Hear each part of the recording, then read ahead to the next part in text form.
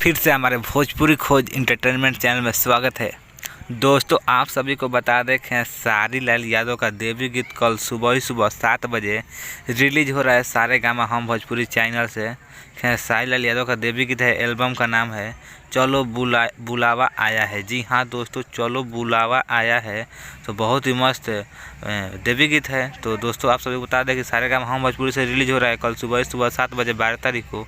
तो आप सब कल सुबह तैयार रहिए दोस्तों। आप सभी को बता दें गाने को गाए हैं खेसारी लाल यादव और साथ में है प्रियंका सिंह। और दोस्तों, आप सभी को बता दें कि म्यूजिक दिए हैं कृष्णा बेदर्दी जी और लिरिक्स है प्यारे लाल यादव। तो दोस्तों, बहुत ही हाई लेवल का देवी गीत है। आप सभी को पता होगा कि सारेगामा हम भोजपुरी जो भी प्रोजेक्ट कराता है तो ब्रांडेड कराते हैं। तो दोस्तों, आप सब कल सुबह तैयार रहिए और एक बार नाम फिर से सुन लीजिए एल्बम का देवी गीत का, चलो बुलावा आया है। जी हाँ दोस्तों, चलो बुलावा आया है। तो बहुत ही मस्त देवी गीत है। तो आप लोग कल सुबह तैयार रहिए सारेगामा हम भोजपुरी पर।